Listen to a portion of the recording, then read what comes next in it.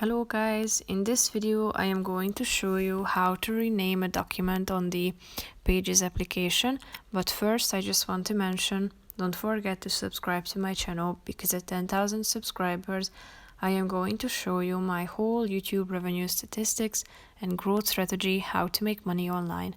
So let's jump into it. First of all, open the application on your phone. Tap on the browse icon down below and click on my iPhone. Here tap on a document that you want to rename. Hold your finger on it and click on the rename option down below.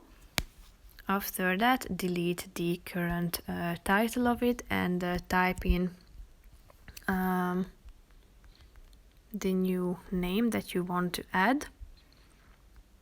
And if you hit enter, then you are going to see that the name of your document has been updated.